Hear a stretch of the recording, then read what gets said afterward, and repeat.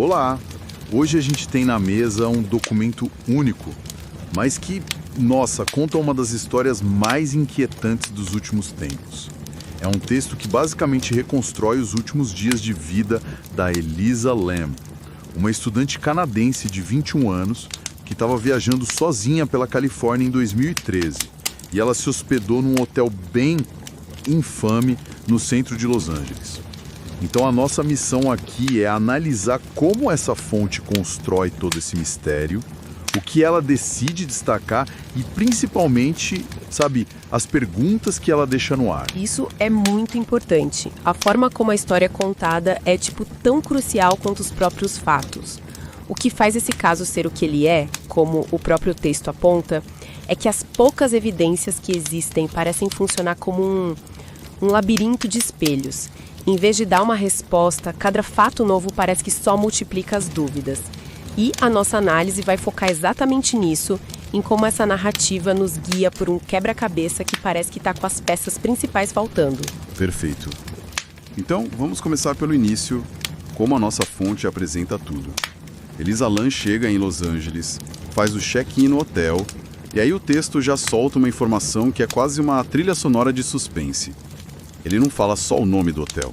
Ele faz questão de dizer que o prédio tem um passado sombrio. Menciona que o lugar já foi palco de crimes, de suicídios.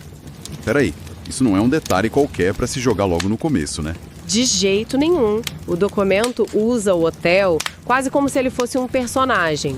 Ao dar para ele um passado sombrio, a fonte não está só criando um clima. Ela está, nos dando uma permissão para acreditar em explicações que vão além do racional, sabe? É um atalho narrativo. Ele prepara a nossa cabeça para não aceitar uma resposta simples mais para frente. Faz todo sentido. E essa sensação só aumenta quando o relato descreve a rotina inicial da Elisa. Nos primeiros dias, tudo parecia absolutamente normal. Ela falava com a família todo dia, ligava, mandava mensagem. Uma jovem turista, sabe? Aproveitando a viagem.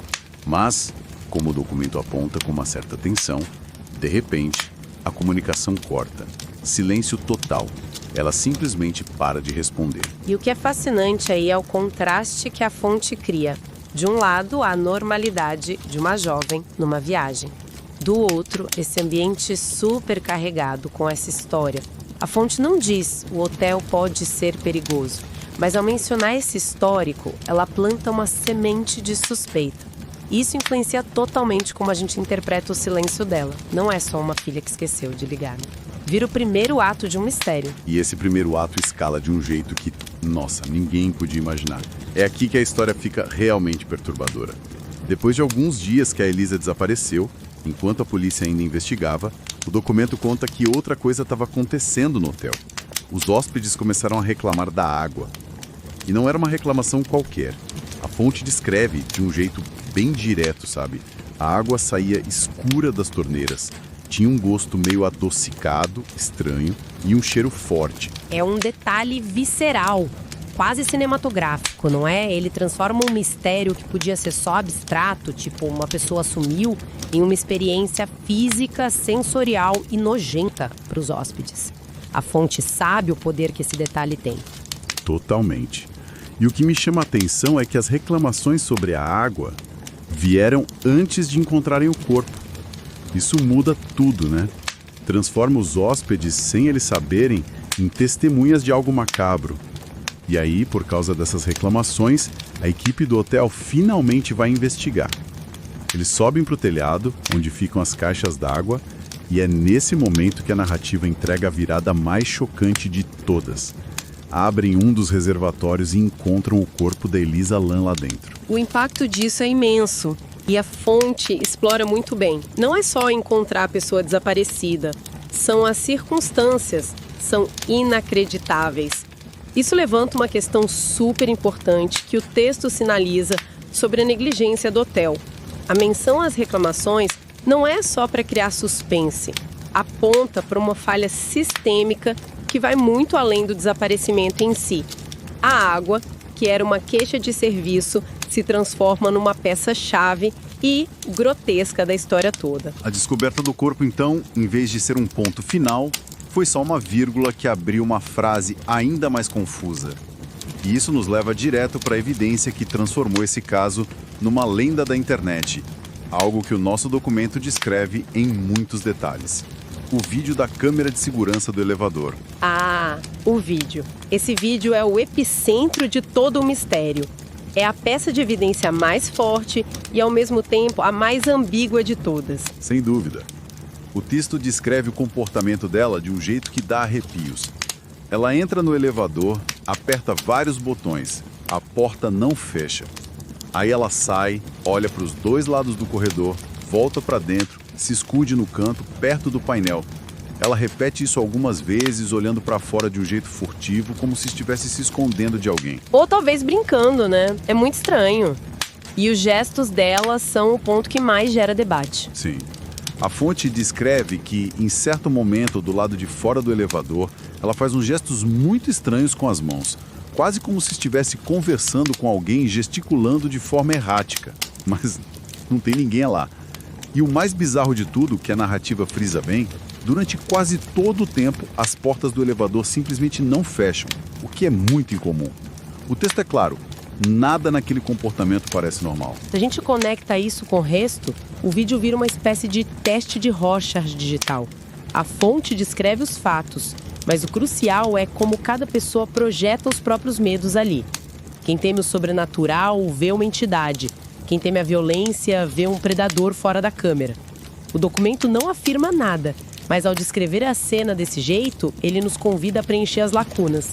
O vídeo em si não prova nada, mas revela tudo sobre quem assiste. E a fonte chega a sugerir essas interpretações, ou ela só descreve a cena? Ela nos guia sutilmente. Ao mencionar que a Elisa usava medicamentos para transtorno bipolar, ela abre a porta para a teoria do surto psicótico.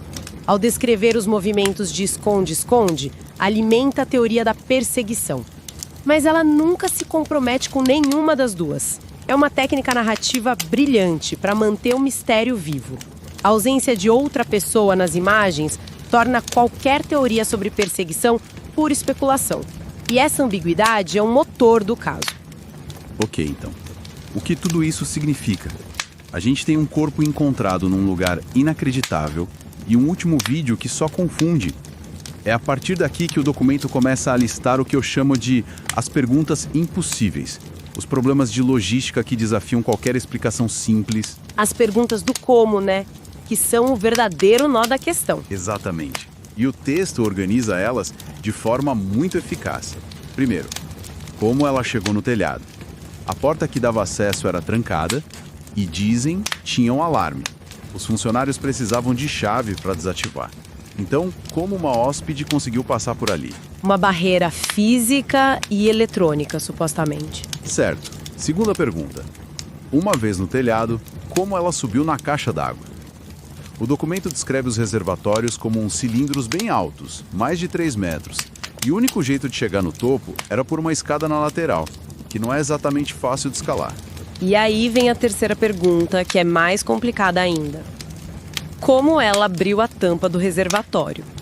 A fonte diz que essas tampas são de metal pesado, feitas para impedir que qualquer coisa entre. A equipe de manutenção que encontrou o corpo disse que a tampa estava fechada quando eles chegaram. Então, como ela teria entrado e fechado a tampa por dentro? Ou se a tampa estava aberta, como ninguém viu? Isso leva à pergunta final, que a fonte chama de a mais perturbadora. Mesmo que ela tenha superado todos esses obstáculos, como ela entrou lá sozinha, nua, porque encontraram o corpo sem roupa, com a água gelada e sem que ninguém visse ou ouvisse nada. A importância dessas perguntas é que elas criam uma barreira de lógica contra a conclusão mais simples. O documento, ao listar tudo metodicamente, nos força a encarar o que parece impossível. A investigação oficial, como a fonte menciona, não achou sinais de violência no corpo, nem drogas ilícitas. Isso joga contra um homicídio. Mas essas dificuldades de logística que você listou jogam fortemente contra um acidente ou suicídio. É um beco sem saída lógico. A gente fica preso. Exatamente. É o choque entre o corpo dela na caixa d'água, e o como, a aparente impossibilidade física de ela ter chegado lá sozinha. É esse conflito que sustenta o enigma e o torna tão resistente a uma solução. O documento não dá uma resposta, ele nos prende nesse paradoxo. E é nesse vácuo que as teorias aparecem. E o nosso documento dedica a parte final a explorar isso. A primeira, claro, é a conclusão oficial da polícia de Los Angeles: morte acidental por afogamento, com o transtorno bipolar dela sendo um fator. Uma conclusão que, como o próprio texto sugere, é profundamente insatisfatória para muita gente. Ela responde o que, mas ignora totalmente o como. É como ler um livro de mistério e o autor pular o capítulo da revelação. Exato. Por isso a fonte apresenta as teorias alternativas que ganharam força na internet. Uma é de um surto psicótico muito severo, que a teria levado a agir de forma irracional, talvez buscando um lugar para se esconder. Outra aponta para a negligência grave do hotel, sugerindo que a porta do telhado talvez não estivesse tão segura assim, e que o hotel tenha motivos para abafar o caso. E claro, a teoria de que houve um crime, que alguém a levou até lá e que a investigação foi falha. E para dar mais peso a essa última possibilidade, a fonte faz uma coisa muito inteligente. Ela amarra a ponta solta que deixou lá no comecinho da narrativa. O histórico sombrio do hotel. O texto nos lembra que serial killers já haviam passado por ali, como Richard Ramirez, e que outras mortes inexplicáveis aconteceram no mesmo prédio. E aí ele lança a pergunta que fica no ar quase como um convite à especulação. Coincidência ou padrão? Respostas concretas, o nosso cérebro busca narrativas que façam sentido. Uma morte acidental que desafia a lógica não é uma boa narrativa. Mas um hotel amaldiçoado, um lugar com uma energia ruim que atrai tragédias, isso sim é uma narrativa poderosa. O documento entende isso. O histórico do hotel oferece uma explicação alternativa que, para muitas pessoas, preenche melhor as lacunas do que a versão oficial. É uma forma de dar sentido ao inexplicável. O que nos leva ao final da nossa análise. O que a gente tem é a história trágica de uma jovem imortalizada por um vídeo enigmático, uma morte em circunstâncias bizarras e uma série de perguntas que até hoje não têm resposta. A nossa fonte conclui a narrativa com uma frase que é ao mesmo tempo poética e desoladora, resumindo perfeitamente o status do caso. Ele não foi resolvido, foi arquivado no silêncio. Sabe, com base no que a gente explorou a partir desse documento? Talvez o verdadeiro fascínio desse caso não seja só descobrir o que aconteceu com a Elisa Lam, mas sim entender por que histórias sem um final claro nos cativam de uma forma tão intensa. A própria fonte que a gente analisou foi construída para gerar debate e não para dar certeza. O mistério persistente nos força a confrontar os limites do nosso conhecimento e a natureza desconfortável do que não tem explicação.